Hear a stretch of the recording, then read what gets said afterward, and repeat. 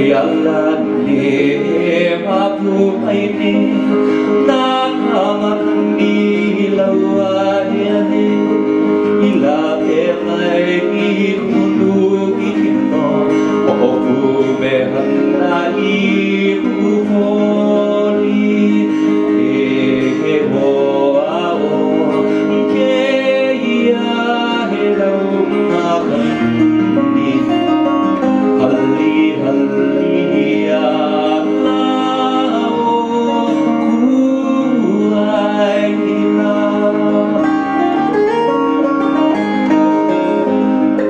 yalan ne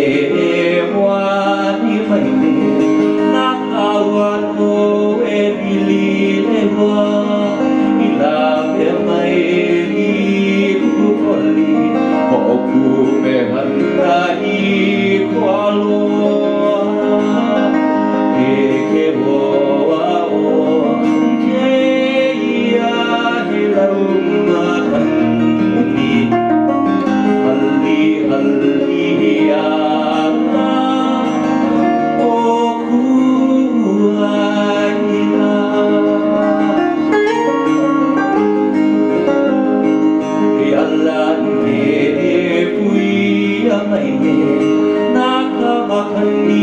anu kolona he ila mai no apili o ku me handa I mana o ke o ao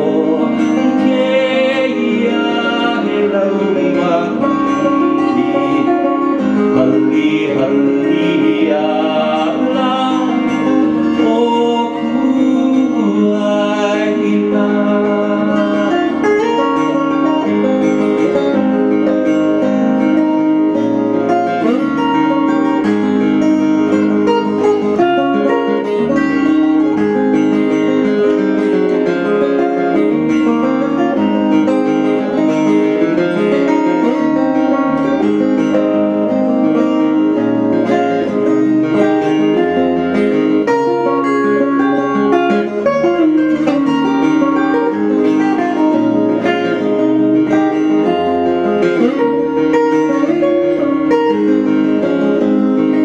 yalan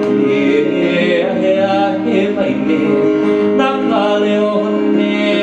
anamanu ila mai alwa oku me handai koleo